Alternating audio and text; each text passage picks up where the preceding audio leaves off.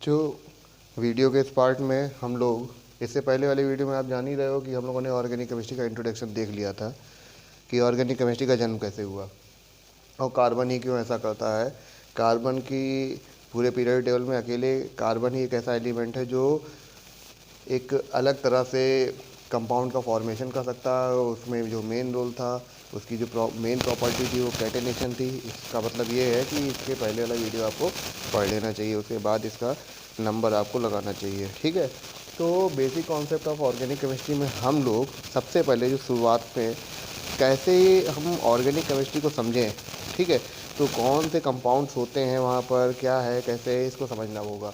हम लोग देखो IUPAC वगैरह जो है ये हाई स्कूल में पढ़ चुके हो, इस वजह से IUPAC पढ़ाएंगे ज़रूर, लेकिन इसको थोड़ा बाद में पढ़ाएंगे। जो चीज़ें हम लोग अभी रिसेंटली नहीं पढ़ चुके हैं, जो ये हल्के में पढ़ी हुई थी, इसको ध्यान से पढ़ा जाएगा। और यहाँ पर ऑर्गेनिक केमिस्ट्री का बहुत इंपॉर्टेंट रोल है। आज का जो वीडियो होगा वो आपके लिए एक लेबॉर्ट्री मैनुअल के तरीके वर्क करेगा, ठीक है। क्योंकि ये जो आज हम लोग जो टॉपिक उठाने जा रहे हैं वो qualitative and quantitative analysis of chemical compounds है, ठीक है। तो हम लोग क्वालिटेटिव एनालिसिस पढ़ेंगे और क्वांटिटेटिव एनालिसिस पढ़ेंगे, यानी कार्बनिक यौगिकों का गुणात्मक विश्लेषण और मात्रात्मक विश्लेषण, ये दोनों चीज़ें हम लोग को पढ़नी है, ठीक है। तो शुरुआत करते हैं। देखिए, हम लोगों को जो एक क्रम है, एक अरेंजमेंट है, सीरियल जो है, कैसे कैसे हम लोगों को पढ़ना चाहिए। तो शुरुआत जो होती है वो सबसे पहले किससे होती है, आपकी क्वालिटेटिव एनालिसिस से होती है। क्वालिटेटिव एनालिसिस, ठीक है। इसमें क्या होता है कि हम लोग ये पता करते हैं कि फला ऑर्गेनिक कंपाउंड, जैसे सपोज करो कि एक ऑर्गेनिक कंपाउंड है RX, ठीक है। अब पूछोगे RX क्या है, R is the alkyl group, ठीक है। हम लोग सिम्बलाइज करते हैं एल्किल ग्रुप, ठीक। और X इज़ द हेलोजन, सभी जानते हैं X हेलोजन से रिप्रेजेंट किया जाता है। तो अब यहाँ पर एक अलग एलिमेंट है जो कार्बन हाइड्रोजन के उसमें नहीं है, ठीक है। जो मेन ऑर्गेनिक कंपाउंड्स होते हैं, जैसे कि अगर ऑर्गेनिक केमिस्ट्री की शुरुआत पढ़ते हो तो उसमें देखोगे कि कार्बन, हाइड्रोजन और फिर ऑक्सीजन, ये जो है वो ही तीन ऐसे एलिमेंट हैं जिनको मेन एलिमेंट्स कहा जाता है ऑर्गेनिक केमिस्ट्री या ऑर्गेनिक कंपाउंड के फॉर्मेशन में, ठीक है। तो सबसे ज़्यादा मेन रोल किनका है, हाइड्रोकार्बन्स का। कार्बन और हाइड्रोजन जब आपस में मिलते हैं तो क्या बनता है, हाइड्रोकार्बन बनता है, ठीक है। तो जो सबसे मेन रोल है किसका है, कार्बन और हाइड्रोजन का है। फिर ऑक्सीजन आता है, फिर यहाँ पर सल्फ़र भी हो सकता है, यहाँ पर हेलोजन भी हो सकते हैं, फॉस्फोरस भी हो सकता है, ठीक, नाइट्रोजन भी हो सकता है, काफ़ी बड़ा ग्रुप है नाइट्रोजन का। तो ऐसे करके ये सारे एलिमेंट मिलके ऑर्गेनिक केमिस्ट्री में डिफरेंट डिफरेंट ग्रुप्स का फॉर्मेशन करते हैं। तो उनमें कुछ एलिमेंट्स हैं। अब जैसे एलिमेंट में ही हम लोगों ने देखा कि यहाँ पर कार्बन है, हाइड्रोजन है, ऑक्सीजन है, सल्फ़र है, हेलोजन है, फास्फोरस है और नाइट्रोजन है। तो ये हैं या नहीं, इनका जो टेस्ट होगा, कैसे हम जाने कि ये हैं या नहीं, तो लेबॉर्ट्री में इनकी प्रेजेंस को दिखाने के लिए जो कुछ टेस्ट किए जाते हैं, जो कुछ स्पेशल टेक्निक्स हैं जिनका यूज़ करते हैं हम लोग, उन टेक्निक्स को अगर हम पढ़ते हैं तो उसको हम क्या बोलते हैं, क्वालिटेटिव एनालिसिस, यानी गुणात्मक विश्लेषण कहा जाता है, ठीक है। इस गुणात्मक विश्लेषण में हम लोग carbon, hydrogen, oxygen, nitrogen, halogen, sulphur, phosphorus और कभी कभी कुछ धातुओं का भी परीक्षण करते हैं, उनका टेस्ट करते हैं, ठीक है। तो शुरुआत की जाती है हम लोगों के द्वारा इससे। फिर दूसरा पॉइंट क्या होता है कि दूसरा हम लोग पढ़ते हैं इसमें क्वांटिटेटिव एनालिसिस, क्वांटिटेटिव एनालिसिस, ठीक है। तो क्वांटिटेटिव एनालिसिस क्या होती है, इसमें बोलता है मात्रात्मक परीक्षण, मात्रात्मक विश्लेषण, मात्रा के बारे में पता लगाता है, अमाउंट कितना है, ठीक है। यानी ध्यान होगा percent carbon, percent hydrogen, percent oxygen, percent nitrogen आदि आदि जो भी है यहाँ पर दिए हुए जितने भी एलिमेंट्स हैं, वो सारे के सारे एलिमेंट्स का परसेंटेज निकालने का जो मेथड है that is known as quantitative analysis, मात्रात्मक विश्लेषण, उसी को हम क्या बोलते हैं, मात्रात्मक विश्लेषण कहते हैं। फिर इसमें तीसरा पॉइंट आता है जो सबसे कह सकते हो कि इम्पॉर्टेंट पॉइंट है जब हम कंपाउंड के बारे में जानना शुरू कर रहे हैं, ठीक है। वो तीसरा पॉइंट क्या है, डिटर्मिनेशन ऑफ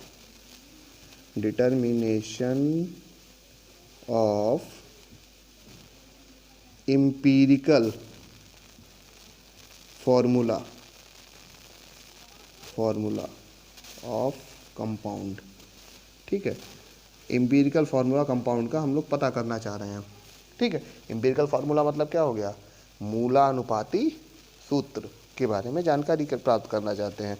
तो ये एक पॉइंट आया, जानते हैं कि मूलानुपाती सूत्र पता लगेगा तो ही हमें क्या पता लगेगा, अणु सूत्र पता लगेगा, ठीक है। तो चौथा पॉइंट क्या होगा, डिटर्मिनेशन ऑफ मॉलिक्यूलर फार्मूला, है ना, मॉलिक्यूलर फार्मूला। और पांचवा पॉइंट फिर मॉलिक्यूलर मास, इसकी भी टेक्निक्स हैं। मास हमने पहले भी कभी बात किया हुआ है इस वीडियो के लिए।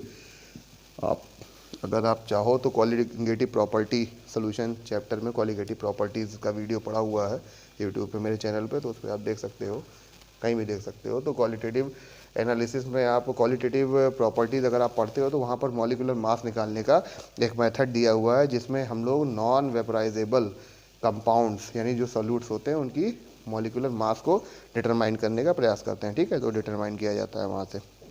तो चलिए जल्दी से आ जाए हम लोग क्वालिटेटिव एनालिसिस यानी गुणात्मक विश्लेषण की ओर बढ़ रहे हैं, ठीक है। देखते हैं गुणात्मक विश्लेषण किसे कहते हैं।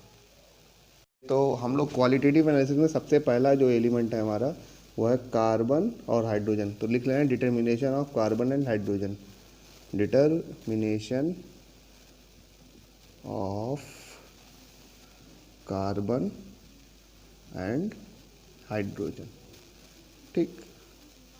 बहुत ही सिंपल सा काम है। कह रहा है कि ऑर्गेनिक कंपाउंड है, सिर्फ हाइड्रोकार्बन है, क्योंकि कार्बन और हाइड्रोजन ही हमें चाहिए, तो सिर्फ हाइड्रोकार्बन है, ठीक है। अब वो कोई भी हाइड्रोकार्बन हो सकता है। तो जो हाइड्रोकार्बन है इसको हम लोग कॉपर ऑक्साइड, ये कैसा कॉपर ऑक्साइड है, एनहाइड्रस इन नेचर, ठीक है। एनहाइड्रस कॉपर ऑक्साइड है, इसके साथ क्या करते हैं, हीट करते हैं, वाइग्रस हीटिंग करते हैं, जिसकी वजह से क्या होता है, इसका ऑक्सीडेशन हो जाता है। इस कंपाउंड क्या होता है, ऑक्सीडेशन होता है, इसका रिडक्शन हो जाता है, इसका ऑक्सीकरण हो जाता है। तो क्या बन जाएगा, XCO2 और YH2O।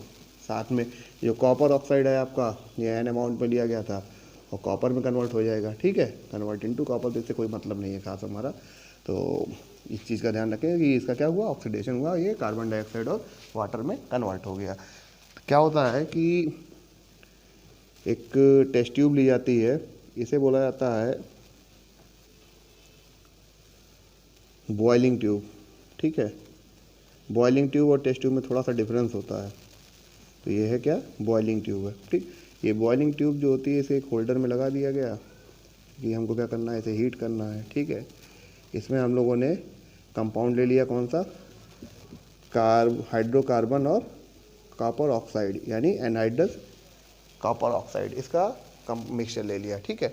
अब इसको हीट करना है, ठीक। तो इसको हीट करना है तो हम लोग यहाँ पर क्या करेंगे, बर्नर लगा देंगे और इसे हीट करेंगे, ठीक। इसको हम लोगों ने कॉर्क से बंद किया और कॉर्क में एक कह दिया जाए कि छेद था भाई, जिसमें एक पासिंग ट्यूब लगा दी गई। पासिंग ट्यूब में आगे एक बल्ब है जिसमें हम लोगों ने कॉपर सल्फेट रखा हुआ है। क्या रखा हुआ है, कॉपर सल्फेट, ठीक। वो भी कैसा, एनहाइड्रस। देखो हाइड्रस और एनहाइड्रस में थोड़ा डिफरेंस है। जो कॉपर सल्फेट एनहाइड्रस होता है वो वाइट कलर का होता है, कैसा होता है, सफ़ेद रंग का होता है। जबकि जो कॉपर सल्फेट हाइड्रस होता है यानी वाटर कंटेनिंग होता है, वो कैसा होता है, नीले रंग का होता है। तो इनमें दोनों में एक डिफरेंस है, इस चीज़ को ध्यान रखिएगा। लैब में जाते वक्त आप ध्यान, जैसे कहते हैं ना नीला थोथा, ठीक है, ब्लू विट्रॉल, तो दैट इज़ ब्लू विट्रॉल, ठीक है। एनहाइड्रस अगर रहेगा तो फिर तो सफ़ेद रंग का रहेगा क्योंकि उसमें वाटर निकल चुका है, लेकिन अगर वाटर उसमें रहेगा यानी हाइड्रेटेड रहेगा तो फिर वो ब्लू कलर का होगा। तो ये भर दिया गया यहाँ पर, ठीक। और इस पासिंग ट्यूब को बढ़ाकर अगली टेस्ट ट्यूब में लेके गए, जहाँ पर क्या रखा हुआ था, लाइम वाटर। लाइम वाटर क्या होता है, लाइम वाटर क्या होता है भाई, लाइम वाटर होता है कैल्शियम हाइड्रोक्साइड, ठीक है। Calcium hydroxide is known as lime water.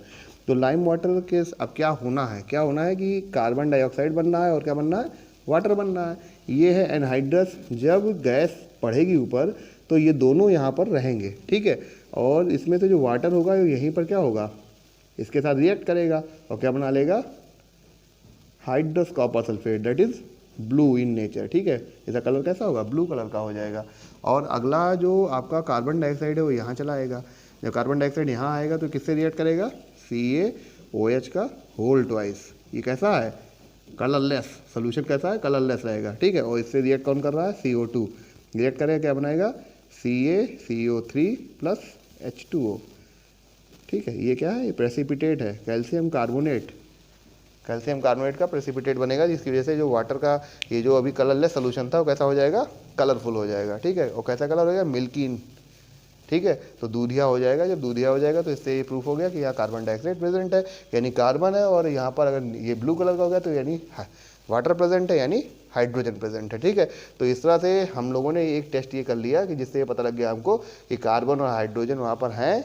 सिर्फ कार्बन और हाइड्रोजन है ये अभी नहीं क्लियर है, लेकिन कार्बन और हाइड्रोजन हैं। तो कार्बन और हाइड्रोजन है तो इसका मतलब ये टेस्ट कंप्लीट होता है। ठीक है, तो इस तरह से हम लोग इस टेस्ट को कंप्लीट कर ले रहे हैं। इस टेस्ट में कुछ सावधानियां हैं। सावधानियां क्या हैं? सावधानियां ये हैं कि ये जो CuO लिया गया है ये एनहाइड्रस ही होना चाहिए।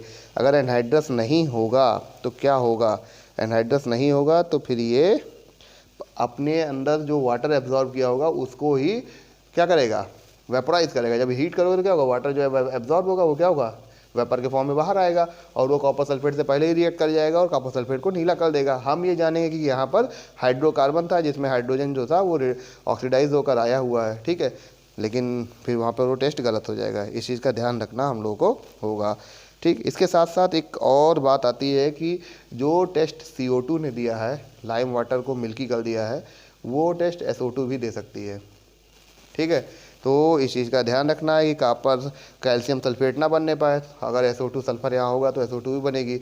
तो बीच में यहाँ पर पोटेशियम डाइक्रोमेट K2Cr2O7 भी रखा जाता है। ठीक है, कहीं कहीं पर तो K2Cr2O7 भी अगर यहाँ रख दिया जाए तो क्या होगा, वो सल्फेट को यानी SO2 सल्फर डाइऑक्साइड को के साथ रिएक्ट करेगा और पोटेशियम सल्फेट और क्रोमियम सल्फेट बना लेगा, जिसकी वजह से क्या होगा कि सल्फर डाइऑक्साइड गैस आगे नहीं बढ़ पाएगी। इस तरह से तीनों टेस्ट आपके हो सकते हैं। ठीक है, फिलहाल वैसे इतना कॉम्प्लेक्स होता नहीं है, लेकिन जनरली अगर ऐसा हो तो हम कौन कौन सी सावधानियां बरतें, इस चीज़ का ध्यान रखना बहुत ज़रूरी होता है। ठीक, आगे बढ़ रहे हैं हम लोग इसमें। कार्बन हाइड्रोजन के बाद अगला पॉइंट है नाइट्रोजन सल्फर और हैलोजन का टेस्ट करना है। ठीक है, किनका किनका टेस्ट करना है, नाइट्रोजन सल्फर एंड हैलोजन। ठीक है, इन तीनों का हमको टेस्ट करना है। देखो ये जो तीनों कंपाउंड अगर कंपाउंड में होंगे तो ये क्या करेंगे कि तभी रिएक्ट कर पाएंगे या तभी हम इनको जान पाएंगे जब ये कोवेलेंट फॉर्म में ना होकर आयनिक फॉर्म में हो। ठीक है, और अगर आयनिक फॉर्म में इन्हें कन्वर्ट करना होगा तो हमें एक स्पेशल टेस्ट करना होता है जिसे हम बोलते हैं लेसिग्ने टेस्ट। क्या बोलते हैं, लेसिग्ने टेस्ट बोलते हैं, या लेसेने टेस्ट भी लिखा जाता है कहीं कहीं, जो भी आप चाहें इसको पढ़ सकते हैं। यहाँ पर हम लोग इंग्लिश नहीं पढ़ रहे हैं। ठीक है, तो लेसिग्ने टेस्ट हम कह रहे हैं, तो अब आप जो भी कहना चाहें इसको। तो इस टेस्ट की खासियत क्या है, इस टेस्ट की खासियत ये है, इस टेस्ट की खासियत क्या है, इस टेस्ट में क्या होता है कि ये जो कंपाउंड है का ऑर्गेनिक कंपाउंड, जिनको हम क्या बोलते हैं, नाइट्रोजन के कंपाउंड हो गए, सल्फर के कंपाउंड हो गए, या हैलोजन कंपाउंड हो गए। ठीक है, एग्जाम्पल भी दे सकते हैं। अगर नाइट्रोजन कंपाउंड का एग्जाम्पल लेना हो तो एमीन हो गया। ठीक है, सल्फर का कंपाउंड लेना हो तो थायो हो गए, थायो अल्कोहल वगैरह। ठीक, तो इस तरह से करके ये सारे कंपाउंड जो होंगे इनको हम लोग क्या करते हैं, सोडियम मेटल के साथ रिएक्ट कराते हैं। भाई देखिए, सोडियम मेटल जो है वो काफ़ी रिएक्टिव इन नेचर होता है, तो इसलिए इस चीज़ का विशेष ध्यान रखना होगा कि हम लोग सोडियम मेटल के साथ बहुत ही केयरफुली रिएक्ट कराएं, बहुत ही केयरफुली वर्क करें। ठीक है, तो लेसिग्ने टेस्ट देखा जाए। लेसिग्ने टेस्ट में क्या होता है कि एक इग्निशन ट्यूब ले ली जाती है। अब वहाँ पर बॉइलिंग ट्यूब थी, अब यहाँ पर इग्निशन ट्यूब है। ठीक है, तो इग्निशन ट्यूब दूसरी तरह की होती है, बॉइलिंग ट्यूब से बहुत छोटी होती है, टेस्ट ट्यूब से भी छोटी होती है। ठीक, तो इग्निशन ट्यूब जो होती है, इग्निशन से नाम से ही पता लग रहा है, ज्वलन नली। ठीक है, इसमें इसको अगर आप आग में रख दोगे तो ऐसा नहीं होगा कि फूट जाने वाली है या कुछ होगा ही नहीं, ये लाल हो जाएगी पूरा, इतनी लाल की जा सकती है, एकदम पूरा रेड कलर की हो जाती है। तो इसमें क्या होता है कि हम लोग सैंडविच फॉर्मेशन करते हैं। ठीक है, पहले कंपाउंड डाल दिया, जो भी कंपाउंड से आप रिएक्ट करा रहे थे, फिर सोडियम मेटल का पीस, फिर कंपाउंड, फिर सोडियम मेटल, ऐसा करके हम लोग एक सैंडविच फॉर्मेशन कर लेते हैं। फिर क्या होता है कि हम लोग इसको धीरे धीरे बर्नर पर हीट करते हैं। ऐसे हीट करते हैं कि जो सोडियम है वो कंपाउंड के साथ फ्यूज कर जाए। ठीक है, धीरे धीरे मेल्ट हो जाए। ऐसा नहीं कि आप डायरेक्टली बर्नर पर रख देंगे। अगर डायरेक्टली बर्नर पर आप रखेंगे तो क्या होगा कि वो जो सोडियम है वो बहुत ही तेज़ी से एनर्जी एब्जॉर्ब करेगा और बम्प करेगा, यानी ऊपर की तरफ उछलेगा, और फिर तो आप समझ ही सकते हो कि क्या हो सकता है। तो इसलिए इस चीज़ का ध्यान रखा जाता है। आपकी बुक्स में लिखा हुआ है एकदम साफ साफ कि क्या करना है कि इसको फ्यूज कराना है। फ्यूज कराने के लिए आप पहले इसको हीट करेंगे थोड़ा सा, फिर हटाएंगे, देखेंगे जैसे मेल्ट होने लगा तुरंत हटा लेंगे, और फिर हीट करेंगे, फिर हटाएंगे। ऐसा करते हुए इसको धीरे धीरे फ्यूज कराएंगे। जब पूरा कंपाउंड फ्यूज कर जाएगा, यानी पूरा आपस में मिल चुका होगा, तब क्या करना है कि इसको कंटिन्यूअस हीट करना है। क्या करना है? कंटिन्यूअस हीट करना है। तब तक हीट करना है जब तक ये पूरी जो इग्निशन ट्यूब है वो लाल रंग की ना हो जाए, एकदम चमकती हुई लाल रंग की हो जाएगी ट्यूब। ठीक है, फिर क्या करना है, हम लोग को पोर्सलिन डिश लेनी है।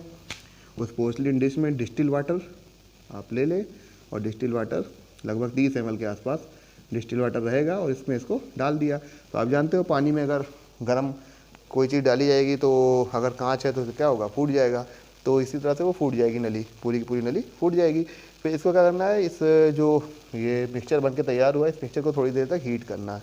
हीट करेंगे तो ये जो वॉल्यूम है वो हाफ रह जाएगा, या 10 ml के आसपास आ जाएगा। तो that is known as sodium extract. उसको क्या कहा जाएगा?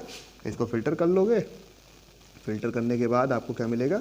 सोडियम एक्सट्रैक्ट मिल जाएगा। आप फिल्टर कर लिए, तो फिल्टर करने पर आपको जो कंपाउंड सोल्यूशन मिल रहा है, इसको हम क्या बोलेंगे? Sodium extract. ठीक है, तो सोडियम एक्सट्रैक्ट की खासियत क्या होगी, इसको हम लोग रिएक्शन के फॉर्म में देख लेते हैं कि क्या खासियत होगी। अगर कंपाउंड में नाइट्रोजन हुआ, ठीक है, कंपाउंड में कार्बन के साथ नाइट्रोजन हुआ तो क्या होगा? ठीक है, कार्बन के साथ नाइट्रोजन हुआ तो क्या होगा? सोडियम उनसे रिएक्ट करेगा और बना लेगा सोडियम साइनाइड। ठीक है, सोडियम साइनाइड कैसा कंपाउंड है? एक आयनिक कंपाउंड है जिसमें मेटल नॉन मेटल के साथ बॉन्ड फॉर्मेशन कर रहा है। इसी तरह से जब सोडियम सल्फर के साथ रिएक्ट करेगा, सल्फर कंटेनिंग ऑर्गेनिक कंपाउंड के साथ रिएक्ट करेगा, तो क्या बना देगा? Sodium sulphide. क्या बनाएगा? Sodium sulphide, Na2S। ये भी एक आयनिक कंपाउंड हो गया। इसी तरह से जब सोडियम किसी ऐसे कंपाउंड से रिएक्ट करेगा जिसमें हैलोजन है, तो हैलोजन के साथ भी आप जानते हो कैसा रिएक्शन होता है? X2 के फॉर्म में 2Na फॉर्मेशन कर लेगा। ये भी एक आयनिक कंपाउंड हो गया। अब ये कह रहा है कि अगर ऐसा कोई कंपाउंड हो जिसमें सोडियम के साथ कार्बन भी हो, नाइट्रोजन भी हो और सल्फर भी हो, ऐसा भी कंपाउंड आपको मिलेगा पढ़ने को। ठीक है, तो अगर ऐसा कंपाउंड हो तो क्या होगा? ऐसा कंपाउंड होगा तो सोडियम के साथ कार्बन, नाइट्रोजन और सल्फर, ये तीनों रिएक्ट करेंगे और क्या बन जाएगा? NaCNS। ठीक है, NaCNS बन सकता है या NaNCS भी बन सकता है। ठीक है, तो इसको क्या बोलेंगे? सोडियम थायोसाइनेट, और उसको सोडियम आइसोथायोसाइनेट बोला जाएगा। ठीक है, तो दोनों में थोड़ा सा डिफरेंस होगा। फिलहाल यहाँ सोडियम थायोसाइनेट हम लोग पढ़ रहे हैं। ठीक, तो सोडियम थायोसाइनेट, ये सारे कंपाउंड जो है वो कैसे कंपाउंड है? आयनिक कंपाउंड है। जब ये आयनिक कंपाउंड फॉर्म हो जाएंगे तो इनका रिएक्शन बहुत आसान हो जाएगा, इनकी एनालिसिस करना बहुत आसान हो जाएगा। ठीक है, जबकि अगर ये कोवेलेंट नेचर में होते तो इनकी एनालिसिस करना बहुत टफ होता। ठीक, तो इसलिए लेसिग्ने टेस्ट का जो मेन रोल है वो मैंने आपको बताया कि किसी भी कोवेलेंट कंपाउंड, खासकर जिनमें नाइट्रोजन, सल्फर या हैलोजन होते हैं, उन कोवेलेंट कंपाउंड को किस में कन्वर्ट कर देना? आयनिक कंपाउंड में कन्वर्ट कर देना। तो यही इसका मेन एम होता है। इसके बाद हम लोग हर एलिमेंट के लिए अलग अलग तरह के टेस्ट करते हैं। नाइट्रोजन के लिए अलग टेस्ट है, सल्फर के लिए अलग है, हैलोजन के लिए अलग है। ठीक है, और CNS के लिए अलग तरह के टेस्ट होंगे। ठीक, तो इसको भी चलिए देखते हैं आगे। नाइट्रोजन का टेस्ट देखा जाए, टेस्ट ऑफ नाइट्रोजन। नाइट्रोजन को कैसे हम जानेंगे कि हाँ नाइट्रोजन है? ठीक, देखिए इसमें होगा क्या कि नाइट्रोजन कंटेनिंग जो सोडियम साइनाइड है, ठीक, इसको फ्रेशली प्रिपेयर्ड FeSO4 के साथ रिएक्ट कराया जाएगा। ध्यान रखना, फ्रेशली प्रिपेयर्ड होना चाहिए, मतलब ताज़ा बना हुआ। ताज़ा नहीं बना होगा तो ये डिकम्पोज हो जाएगा, इस चीज़ को ध्यान रखिएगा। Fe2 से Fe3+ में कन्वर्ट हो जाएगा। ठीक है, तो अगर ऑक्सीडाइज हो गया तो फिर बात खत्म हो जाएगी, और आप मान के चलिए जो आपका एम है वो पूरा नहीं होने वाला। ठीक, तो sodium cyanide react with FeSO4, तो रिएक्शन कराते हैं। रिएक्शन कराने पर क्या प्राप्त होगा? आप Na2SO4 बना लेंगे और साथ में FeCN का होल ट्वाइस बन जाएगा। ठीक, तो यहाँ पर 2 सोडियम साइनाइड ले लेते हैं, बैलेंस हो गया रिएक्शन। ठीक, इसके बाद ये जो FeCN का होल ट्वाइस है, FeCN का होल ट्वाइस, ये रिएक्ट करेगा किससे? फिर से NaCN से रिएक्ट करेगा। अब की बार जब ये NaCN से रिएक्ट करेगा तो एक कोऑर्डिनेशन कंपाउंड बनाएगा। कोऑर्डिनेशन कंपाउंड बना लिया जाए, कोऑर्डिनेशन कंपाउंड बनाएंगे FeCN6। ठीक है, अब इसको बैलेंस कर लेना है। यहाँ पर जो Fe जो होगा, इसकी ऑक्सीडेशन स्टेट कितनी रखनी है? +2 स्टेट रखनी है हमको। ठीक है, ऑक्सीडेशन स्टेट कितनी रखनी है? +2 स्टेट। ठीक, तो हम यहाँ पर 4 सोडियम लेते हैं। ठीक, अगर देखो 4 सोडियम होगा तो इसकी ऑक्सीडेशन स्टेट कितनी होगी, +4 हो गई। सोडियम साइनाइड कितनी होती है, -1, तो -6 हो गई। कितना हो जाएगा, अगर इसको x मान लेंगे कितनी हो जाएगी, +2 हो जाएगी। ठीक, इस चीज़ को ध्यान रखिएगा। तो इस तरह से कंपाउंड आप याद कर सकते हो। क्या हो जाएगा, इसका नाम लिखा जाएगा सोडियम हेक्सासाइनाइडो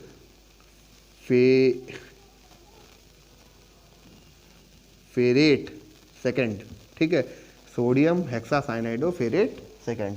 तो ये कंपाउंड आपका फॉर्म हो गया। अच्छा हाँ, एक चीज़ और कि 2 सोडियम 2 साइनाइड यहाँ पर है ही हैं, तो हमें 4 साइनाइड की आवश्यकता है। 4 कर लिया, रिएक्शन आपकी बैलेंस हो गई। ठीक, ये क्या बन गया, सोडियम हेक्सासाइनाइडो फेरेट सेकेंड। ठीक है, अब ये जो सोडियम हेक्सासाइनाइडो फेरेट सेकेंड है, इसमें सोडियम आपका जो Fe है वो किस स्टेट में है, Fe2+ स्टेट में है। हम क्या कर रहे हैं, इसमें जो आपका Fe2+ स्टेट में आयरन यहाँ पर है, इसको हम ऑक्सीडाइज कराएंगे। कैसे ऑक्सीडाइज कराएंगे, इसको हम रिएक्ट कराएंगे किससे, किसी भी एल्कली से। किसी भी एल्कली से आप जैसे NaOH से ही रिएक्ट करा देते हैं। ठीक है, तो अगर NaOH से रिएक्ट कराएंगे तो ये ऑक्सीडाइज होगा, किस में कन्वर्ट हो जाएगा, Fe3+ में। ठीक है, और एक इलेक्ट्रॉन फ्री करेगा। इस रिएक्शन को यहाँ से नहीं लिख रहे हैं, हम डायरेक्ट लिख ले रहे हैं Fe2+ convert into Fe3+ by the oxidation of alkali. ठीक है, अगर आप एल्कली ऐड करोगे तो Fe2+ किस में ऑक्सीडाइज होगा, Fe3+ में ऑक्सीडाइज हो जाएगा। क्या चेंज आएगा आपको पता लग रहा है, आपका चेंज ये आएगा कि या तो सोडियम की संख्या घट जाएगी, ठीक है, या रसायन संख्या बढ़ जाएगी। तो ये तो पॉसिबल नहीं होगा, इसकी संख्या क्या होगी, घट जाएगी। एक सोडियम यहाँ से रिलीज हो जाएगा, तो क्या होगा, ये Fe3+ स्टेट में चला जाएगा। ठीक है ना, तो इस तरह से करके हम लोग इसको Fe3+ स्टेट में कन्वर्ट कर लेते हैं। जब Fe3+ स्टेट में हो जाता है तो ये जो कंपाउंड आपका है, हम लोग को आखिरी में फेरोसाइनेट बनाना है। ठीक है, तो इस कंपाउंड के साथ इसका रिएक्शन कराते हैं, इस कंपाउंड का रिएक्शन इसके साथ करा देते हैं। ठीक है, यानी आप समझ सकते हो कि ये अलग एक कंपाउंड लिया गया, Fe3+ react with Na4 FeCN6।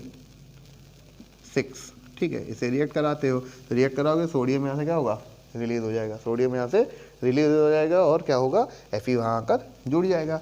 जितना सोडियम होगा उतना Fe जुड़े जरूरी नहीं होगा। ठीक है, अब जैसे 4 Fe है, यहाँ पर 4 सोडियम है, 4 Fe आकर जुड़ जाए, ऐसा पॉसिबल नहीं होगा। अगर ये होगा तो इसको रिएक्शन को बैलेंस करना होगा। चलिए देखा जाए रिएक्शन कैसे बैलेंस किया जाएगा। ठीक है, सोडियम को यहाँ से हटा देते हैं और साथ में 4 सोडियम ले लेते हैं, अभी सोडियम को छोड़ते हैं, पहले रिएक्शन बैलेंस किया जाए। FeCN6। ठीक, अब ये वाला Fe क्या है, 3+ है, और ये वाला Fe2+ है। अब इसको क्या करना है, हम लोग को बैलेंस करना है। तो कैसे बैलेंस किया जाए, कैसे बैलेंस करना होगा, क्योंकि माइनस में ऑक्सीडेशन स्टेट कितनी है, अभी 6 है। ठीक, तो अब यहाँ पर इन दोनों की संख्या में कुछ ना कुछ परिवर्तन करना पड़ेगा।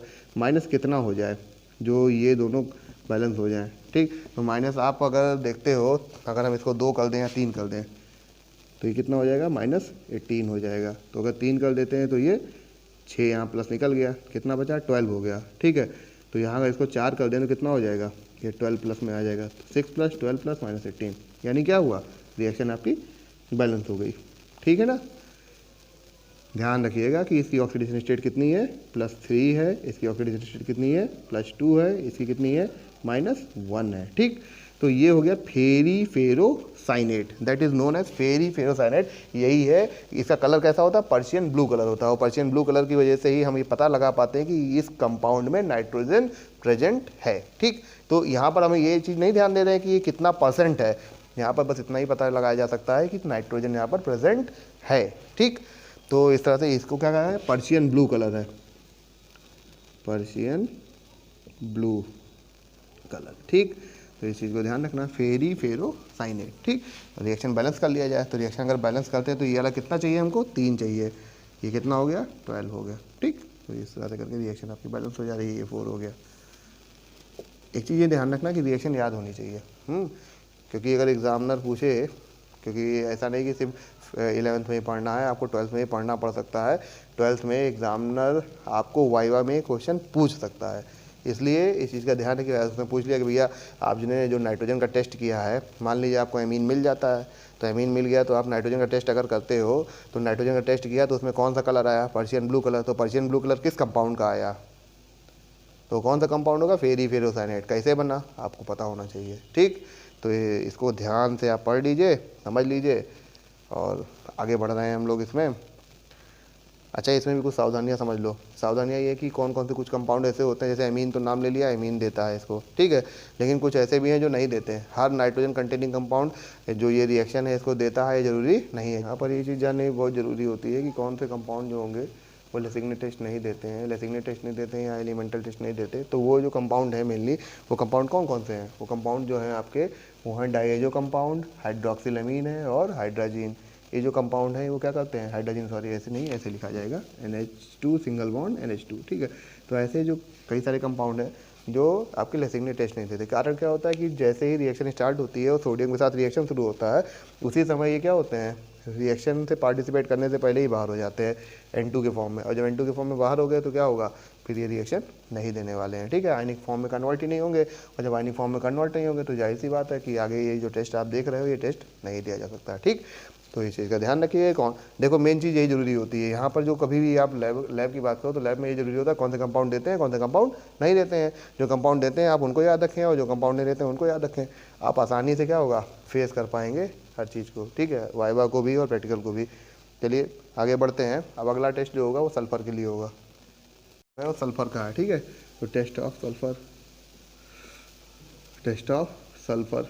आपने शुरुआत में देख लिया कि सल्फर जो कंटेनिंग कंपाउंड ऑर्गेनिक कंपाउंड था वो किस में कन्वर्ट हो गया था, सोडियम सल्फाइड में, ठीक है। सोडियम सल्फाइड को रिएक्ट कराते हैं सोडियम नाइट्रोप्रोसाइड से। सोडियम नाइट्रोप्रोसाइड क्या होता है, इसमें आप इस चीज़ को अगर ध्यान रखो, ये जो Fe होता है वो Fe की जो होता है वो +3 स्टेट में होता है। अगर ऐसी चीज़ अगर ध्यान रह जाए तो शायद आपको फॉर्मूला भी ध्यान रहेगा। इसको बोलते हैं सोडियम नाइट्रोप्रोसाइड, ठीक है। सोडियम नाइट्रोप्रोसाइड के साथ रिएक्ट कराना है, किसको, सोडियम सल्फाइड को। जब सोडियम सल्फाइड को सोडियम नाइट्रोप्रोसाइड से आप रिएक्ट कराते हो तो होता क्या है कि दोनों आपस में रिएक्ट करके एक डार्क वायलेट कलर फॉर्मेशन करते हैं। तो जो डार्क वायलेट कलर फॉर्मेशन होता है, आप जान ही रहे हो क्या होने वाला है यहाँ पर, क्या होने वाला है। देखो ये जो बॉन्ड है यहाँ पर N डबल बॉन्ड O, ठीक है, नाइट्रोजन इससे जुड़ा हुआ है, इसके पास अभी भी लोन पेयर बचा हुआ है, वो क्या होगा, सल्फर के साथ ऐड हो जाएगा, सोडियम आगे ऐड हो जाएगा, ठीक। इस तरह से करके क्या होगा, ये दो सारे जो कंपाउंड है वो सब आपस में मिलकर एक नया कोऑर्डिनेशन कंपाउंड फॉर्मेशन करेंगे। कोऑर्डिनेशन कंपाउंड बनेगा जिसको हम बोलेंगे सोडियम थायोनाइट्रोप्रोसाइड, सोडियम थायोनाइट्रोप्रोसाइड, ठीक। देखा जाए कैसे बनेगा। Na4 बना लिया जाए, FeCN का होल 5NOS, सोडियम थायोनाइट्रोप्रोसाइड, सोडियम थायोनाइट्रोप्रोसाइड। यहाँ पर एक चीज़ ये ध्यान देने वाली है कि Fe की जो ऑक्सीडेशन है इसमें कोई चेंज नहीं आने वाला, ठीक है। Fe की ऑक्सीडेशन में कोई चेंज नहीं आ रहा है। Fe की ऑक्सीडेशन पहले भी वही थी और अभी वही है। +2 ऑक्सीडेशन स्टेट पहले भी थी, +2 ऑक्सीडेशन स्टेट अभी भी है, ठीक। इसका एक और आसान टेस्ट भी है जो लैब में जनरली लोग करते हैं, ठीक है। आसान टेस्ट, कौन सा आसान टेस्ट है, दूसरा आसान टेस्ट है कि हम सोडियम नाइट्रोप्रोसाइड के चक्कर में ही नहीं पड़ते हैं। हम लोग क्या ले लेते हैं, लेड एसीटेट। क्या ले लेते हैं, लेड एसीटेट, PbCH3CO का होल ट्वाइस Pb, इसको बोलेंगे लेड एसीटेट, ठीक है। जब इससे रिएक्शन होगा, आप जानते हो ये एक बड़ा फेमस कंपाउंड है लेड सल्फाइड, ठीक है, ब्लैक प्रेसिपिटेट मिलता है। कैसा प्रेसिपिटेट मिलता है, ब्लैक प्रेसिपिटेट मिलता है। जबकि यहाँ पर कलर कैसा हो जा रहा था, वायलेट मिलता है। यहाँ पे भी आप आराम से देख सकते थे, पता लग जाता कि हाँ सल्फर, ऐसा कोई ऐसे हल्का कलर नहीं आने वाला था कि जैसे आप जान ही नहीं पाए कि यहाँ पर सल्फर है या नहीं। लेकिन ये जो है एकदम डिफरेंट टाइप का टेस्ट है, ठीक। तो क्या हुआ, लेड सल्फाइड रिएक्ट कर रहा है, सॉरी लेड एसीटेट रिएक्ट कर रहा है किसे, सोडियम सल्फाइड से, और क्या बना रहा है, ब्लैक प्रेसिपिटेट बना रहा है किसका, लेड सल्फाइड का। और क्या, और साथ में क्या बन जा रहा है, sodium salt of acetic acid CH3CONa, ठीक। तो इस तरह से करके भी आप क्या कर सकते हो कि सल्फर का टेस्ट कर सकते हो। ये दोनों मेथड अप्लाई किए जा सकते हैं, ठीक। अब आगे हम लोग बढ़ रहे हैं, सोडियम और सल्फर जब दोनों एक साथ यूज़ किए जाए, सोडियम और सल्फर दोनों एक साथ प्रेजेंट हो तो क्या करेंगे हम, of nitrogen and sulphur. Nitrogen और सल्फर का जब कंबाइंड टेस्ट करते हैं तो आपको पहले भी समझ में आ गया, नाइट्रोजन और सल्फर जब अगर कंबाइंड होंगे तो किसके फॉर्म में होंगे, थायोसाइनाइड के फॉर्म में होंगे या आइसोथायोसाइनाइड के फॉर्म में होंगे, ठीक है। सोडियम थायोसाइनाइड या सोडियम आइसोथायोसाइनाइड, इनके फॉर्म में ये कंपाउंड होंगे। ठीक। तो इनका परीक्षण कैसे किया जाए, इनका टेस्ट कैसे किया जाए, बड़ा आसान सा टेस्ट होगा इनका कि हम क्या करते हैं कि वो जो सोडियम एक्सट्रैक्ट हमने बनाया था उसमें अगर ये कंपाउंड दोनों एक साथ रहे होंगे तो किसके फॉर्म में आ जाएंगे, वो कन्वर्ट हो जाएंगे सोडियम थायोसाइनाइड। ठीक है, क्या बन जाएगा, सोडियम थायोसाइनाइड ये कंपाउंड बन जाएगा। इस सोडियम थायोसाइनाइड को क्या करना है, हम लोग को FeCl3 से रिएक्ट करा देना है। ठीक है, FeCl3 से कैसे रिएक्ट कराना है, अब आप जानेंगे कि FeCl3 की कुछ खासियत है। FeCl3 दो तरह का हो सकता है, एक न्यूट्रल हो सकता है, दूसरा एसिडिक हो सकता है। तो यहाँ पर हम लोग को न्यूट्रल FeCl3 यूज़ करना होता है। ठीक है, न्यूट्रल FeCl3 हम लोग यूज़ करते हैं। न्यूट्रल FeCl3 हम लोग जब रिएक्ट कराते हैं इसमें FeCl3 एक्वा सोल्यूशन, ठीक, रिएक्ट कराइए। तो जब रिएक्ट कराएंगे तो क्या बनने वाला है, आपको यहाँ पर जब कंपाउंड फॉर्मेशन होगा तो वहाँ एक, जैसे अभी तक ये हुआ कि भैया कोऑर्डिनेशन कंपाउंड बन रहा था, लेकिन यहाँ पर कोऑर्डिनेशन कंपाउंड नहीं बनने वाला है। ठीक है, सोडियम और क्लोरीन आपस में रिएक्ट करेंगे और सोडियम क्लोराइड का फॉर्मेशन कर देंगे। तो सोडियम क्लोराइड को हम लोग अलग कर लेते हैं। इसके साथ साथ जो कुछ बचा है आप इसको जोड़ के लिख लीजिए। क्या बचा है, FeCl2, ठीक, डॉट CNS, समझ में आया ना, FeCl2 डॉट CNS। यानी यहाँ पर ऑक्सीडेशन रिडक्शन वाला मेथड नहीं है, बस क्या हो रहा है, एक सब्स्टिट्यूशन रिएक्शन हो रहा है, आयनिक सब्स्टिट्यूशन रिएक्शन, जिसमें जो कह सकते हो कि आयन्स होते हैं वो अपनी जगह बदल ले रहे हैं, चेंज कर ले रहे हैं। तो यही इतना हुआ। तो ये जो क्या बन गया, आप इसे बोल सकते हो ferric chloride thiocyanate, ferric chloride thiocyanate कहते हैं। ठीक है, तो जब फेरिक क्लोराइड थायोसाइनेट बनेगा तो इसका कलर कैसा होगा, रेड कलर का होगा, ब्लड रेड कलर होगा। इसी को इसकी अगर फॉर्मेशन हो जाती है तो फॉर्मेशन से हम लोग ये समझ लेंगे कि भैया यहाँ पर आपका नाइट्रोजन और सल्फर कंबाइंड फॉर्म में प्रेजेंट है, इस फॉर्म में प्रेजेंट है। ठीक है, फेरिक क्लोराइड थायोसाइनेट, ठीक, इस चीज़ का ध्यान रखिए। तो कैसा कलर आया, रेड कलर आया, ब्लड रेड कलर आया। तो इससे हम लोग ये कंफर्म कर सकते हैं कि यहाँ पर नाइट्रोजन और सल्फर दोनों कंबाइंड फॉर्म में प्रेजेंट हैं। अब इसके बाद हम लोग क्या करना है, इसके बाद हम लोग अगले टेस्ट चल रहे हैं जिसमें हैलोजन का टेस्ट करना है हम लोग को। हैलोजन का टेस्ट भी देख लेते हैं। हम लोग किसका टेस्ट करने चल रहे हैं, टेस्ट ऑफ हैलोजन। ठीक है, हैलोजन्स का टेस्ट अब शुरू किया जाए। हैलोजन के टेस्ट में करना कुछ नहीं, बहुत आसान सा टेस्ट होगा। जब देखिए सोडियम एक्सट्रैक्ट फॉर्मेशन किया गया, सोडियम एक्सट्रैक्ट जो बना सोडियम हैलाइड बना, सोडियम हैलाइड को AgNO3 सिल्वर नाइट्रेट से रिएक्ट करा दीजिए, सिल्वर हैलाइड का प्रेसिपिटेट आपको मिल जाएगा। किसका प्रेसिपिटेट मिल जाएगा, सिल्वर हैलाइड और सोडियम नाइट्रेट। ठीक, तो सिल्वर हैलाइड का प्रेसिपिटेट मिल गया। अब यहाँ पर देखो फ्लोरीन जो है वो रिएक्शन में पार्टिसिपेट नहीं कर रहा, फ्लोरीन को हम लोग यहाँ पर छोड़ दे रहे हैं, लेफ्ट कर दे रहे हैं। बचा क्या, क्लोरीन, ब्रोमीन और आयोडीन, क्लोरीन, ब्रोमीन और आयोडीन। अगर क्लोरीन होगा तो प्रेसिपिटेट जो होगा उसका कलर कैसा होगा, वाइट कलर का होगा। ठीक है, ब्रोमीन होगा तो प्रेसिपिटेट जो होगा वो येलो कलर का होगा, और आयोडीन होगा तो भी प्रेसिपिटेट किस कलर का होगा, येलो। तो इन दोनों में थोड़ा सा डिफरेंस करने के लिए थोड़ा ये पहचान आ जा सके कि भैया ये ब्रोमीन है कि आयोडीन, क्योंकि कन्फ्यूजन क्रिएट हो गया, क्लोरीन आया तो क्लियर हो गया मैटर, लेकिन अगर ब्रोमीन और आयोडीन है तो फिर थोड़ा सा दिक्कत आ गई, क्योंकि दोनों के कलर सेम आ गए। तो जब कलर सेम आ गए तो करना क्या है, यहाँ पर हम लोग फिर लेयर टेस्ट करते हैं। इसके लिए लेयर टेस्ट क्या होता है, इसमें हम लोग ऑर्गेनिक लेयर और इनऑर्गेनिक लेयर को क्या करते हैं, अलग अलग कर लेते हैं। ऑर्गेनिक लेयर और इनऑर्गेनिक लेयर को अलग अलग करते हैं। करते क्या है कि जो आपने कंपाउंड जो सोडियम एक्सट्रैक्ट लिया हुआ था, इन सोडियम एक्सट्रैक्ट में हम लोग क्या करते हैं, क्लोरोफॉर्म या कार्बन टेट्रा क्लोराइड सॉल्यूशन जो होता है इसको डालते हैं, और उसके साथ क्या करते हैं, क्लोरीन वाटर डाल देते हैं। क्लोरीन वाटर डाल के इसको बड़ी ज़ोर से हिलाया जाता है।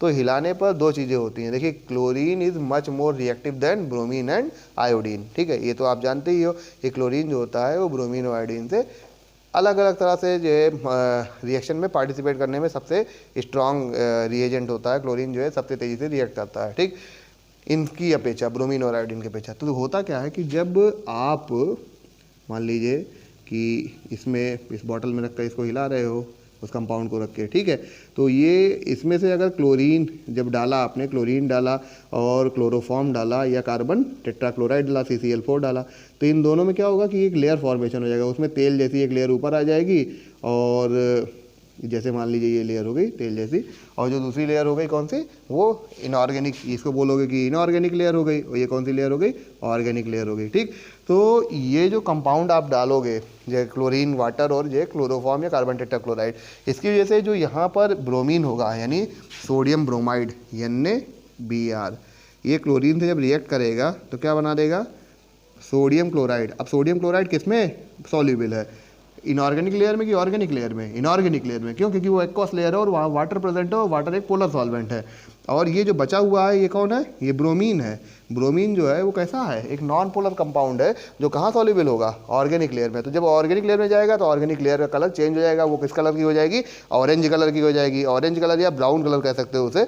तो वो जो कलर आएगा उससे क्लियर हो जाएगा कि भैया यहाँ पर ब्रोमीन प्रेजेंट है। और सेम जो है आप रिएक्शन कराओगे आयोडीन के लिए भी, क्लोरीन से रिएक्ट कराया और क्या बना दिया, सोडियम क्लोराइड, और आयोडीन यहाँ पर फ्री हो गया। तो इसका कलर कैसा आया, ब्राउन या ऑरेंज कलर, और इसका कलर कैसा आएगा, वायलेट कलर। तो अब यहाँ पर जब कलर अलग अलग हो गए तो इससे एकदम क्लियर हो गया कि भैया यहाँ पर ये फला चीज़ आयोडीन है और फला चीज़ क्या है, ब्रोमीन है। ठीक है, जिसका ब्राउन कलर आया वो ब्रोमीन हो गई, जिसका वायलेट कलर आया वो क्या हो गई, आयोडीन हो गई। तो इस तरह से करके आप इतने टेस्ट कंप्लीट कर पा रहे हो।